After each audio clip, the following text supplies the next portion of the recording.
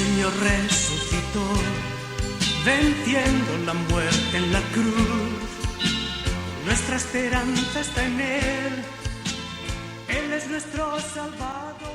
Hola hermanos, el día de hoy, 4 de mayo del 2022, por razones de que ayer hemos celebrado la fiesta de la cruz, entonces se traslada al día de hoy la fiesta de los santos apóstoles Felipe y Santiago el Menor.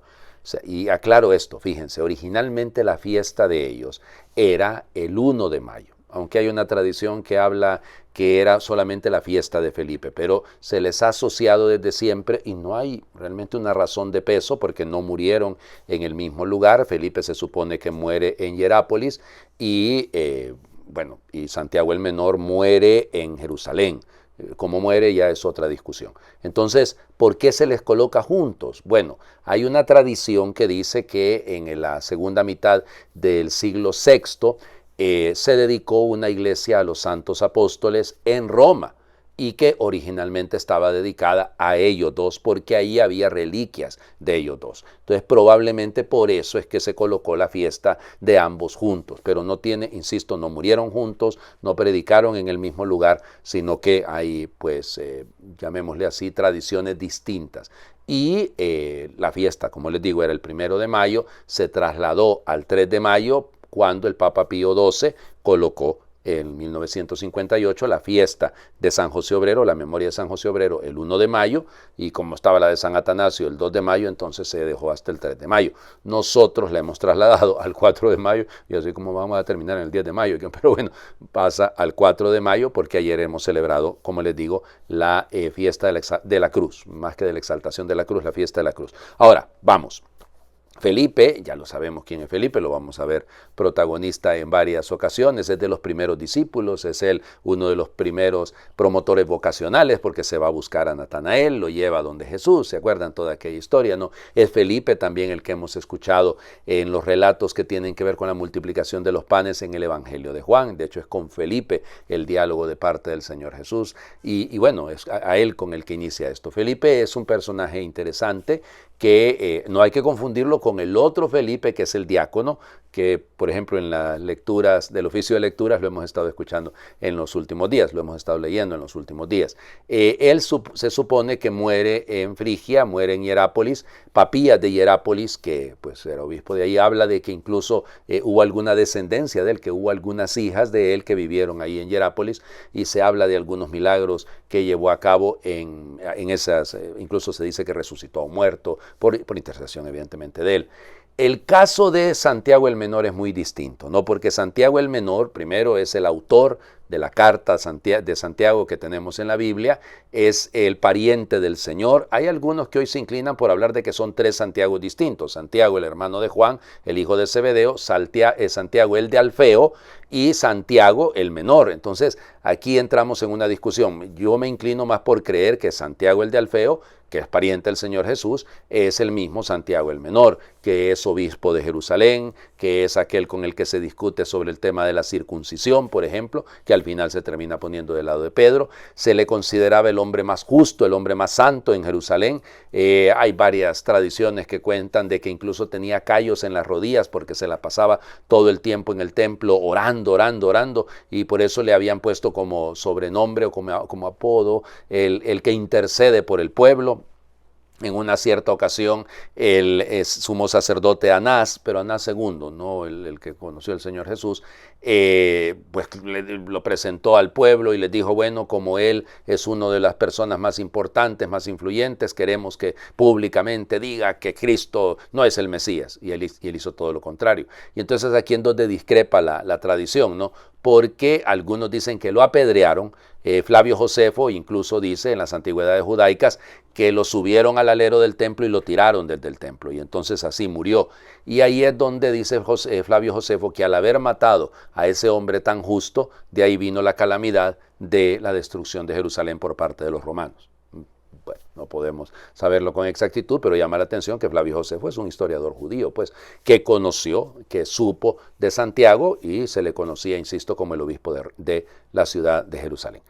Bueno, las lecturas comprenderán que son propias por tratarse de una fiesta de apóstoles, ¿no? La primera está tomada de la primera carta a los Corintios del capítulo 15, versículos del 1 al 8. Hermanos, les recuerdo el evangelio que yo les prediqué y que ustedes recibieron y en el cual están firmes. Este evangelio los salvará si lo cumplen tal y como yo lo prediqué. De otro modo, habrán creído en vano. Les transmití ante todo lo que yo mismo recibí, que Cristo murió por nuestros pecados, como dicen las Escrituras, que fue sepultado y que resucitó al tercer día, según estaba escrito, que se le apareció a Pedro y luego a los 12.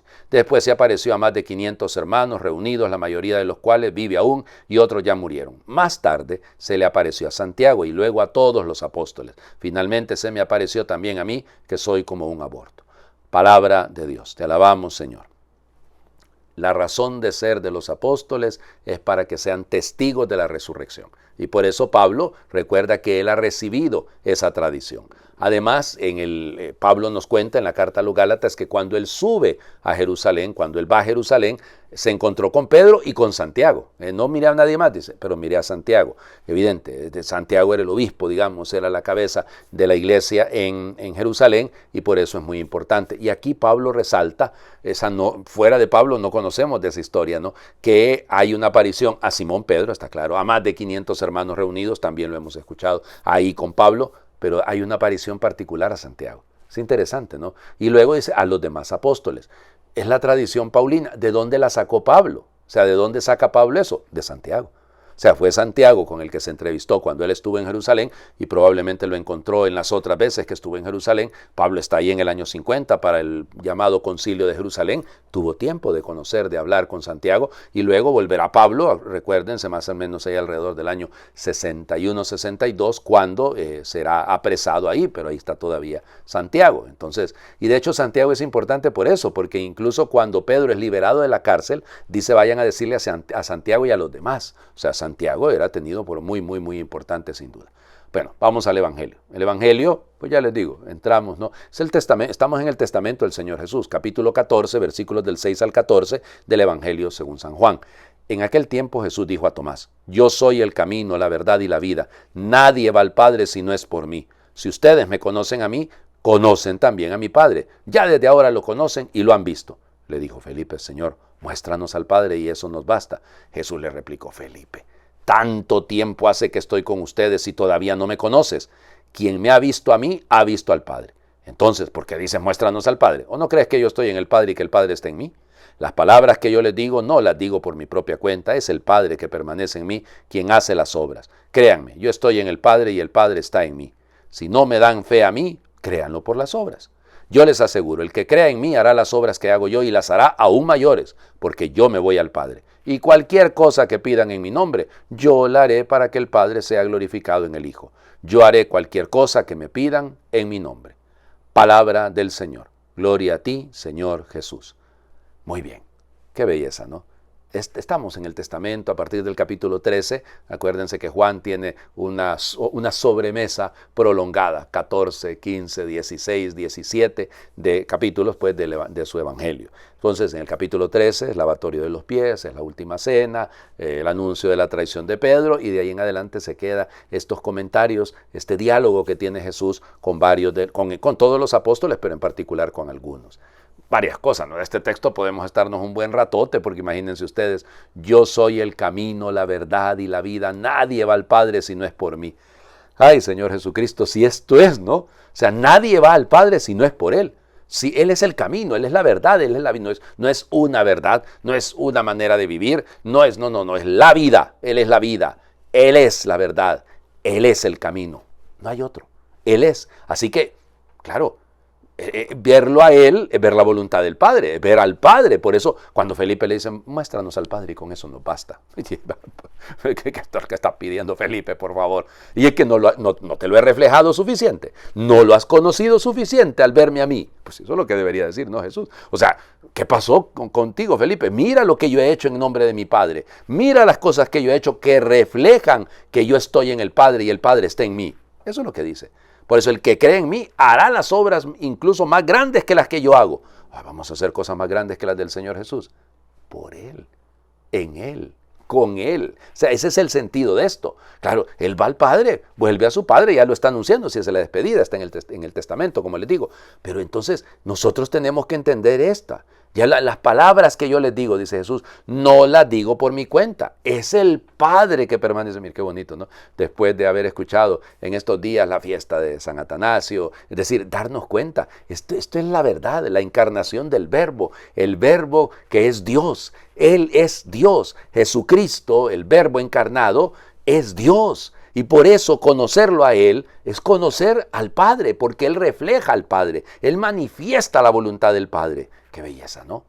Ojalá y lo entendamos, porque si no nos vamos a perder el camino, vamos a vivir lejos de la verdad y no encontraremos la vida. Les invito a hacer oración. Señor, tú eres el camino que conduce hacia el Padre, a la salvación. En las encrucijadas de la vida, cuando no sabemos por dónde avanzar y tenemos la tentación de tomar los caminos más fáciles y cómodos, recuérdanos, Jesús, que tú eres el camino más seguro que desemboca en la felicidad más plena y duradera. Señor, tú eres la verdad sobre Dios, el hombre, la vida y el mundo. Tú nos has revelado que Dios es Padre, que Dios tiene corazón de madre, que el oficio de Dios es amar y perdonar. Tú nos has enseñado que todas las personas estamos llamadas a vivir como hijas e hijos de Dios, como hermanos. Tú nos has mostrado que el mundo es un gran campo que necesita brazos dispuestos a transformarlo en una casa abierta a todos. Ayúdanos a vivir de acuerdo con tu verdad. Jesús, tú eres la vida. Y has puesto en cada persona el deseo ardiente de vivir en plenitud. Solamente tú, Cristo, puedes colmar el deseo de amor del corazón humano. Nadie como tú da el valor y la alegría de vivir. Agradezco y acojo, Señor, el torrente de vida que me ofreces gratuitamente. Amén. El Señor esté con ustedes y les bendiga a Dios por intercesión de los santos apóstoles Felipe y Santiago el Menor, el que es Padre, Hijo y Espíritu Santo, y su bendición descienda y les acompañe siempre. Feliz miércoles para todos, feliz miércoles de la tercera semana de Pascua, aun y cuando, insisto, es la fiesta de los santos Felipe y Santiago.